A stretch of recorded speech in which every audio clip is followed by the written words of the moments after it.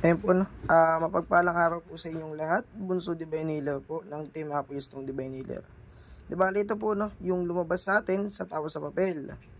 Ayan, kung makikita nyo, ito yung mukha niya.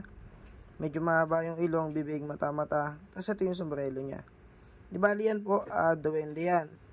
Ngayon, may lumabas pa po dyan na elemento. Ayan yung mukha niya, mata-mata, ito yung labi. Tapos, ito yung parang tenga niya. Tapos, ito yung buhok niya. Mahaba yung buhok, no? Tapos, pag inikot po natin yan, may makikita pa po tayo dyan. Yan. Parang duwende din ho yan, ano? Nakasombrelo. Tapos, pag pinagmasdan pa po natin yan,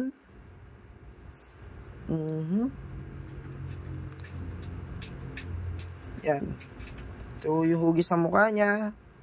Nakasalamin pa. Tapos, ilong, bibig. Tapos, ito yung baba niya, no? Ayan, madami pa po tayo makikita dyan, pero hindi ko na hulalatin kasi tatagal ang video, no? Muli po ang inyo pong lingkod, Bunso Divine Healer po ng Team Apostong Divine Healer.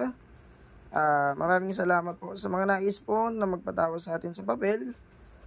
Message nyo lang po ako, direct message nyo lang po ako, no? Tawasin po natin yan hanggang sa abot po ng ating makakaya. Maraming salamat po. Meron pa na mukha na naman po, no? Salamat po.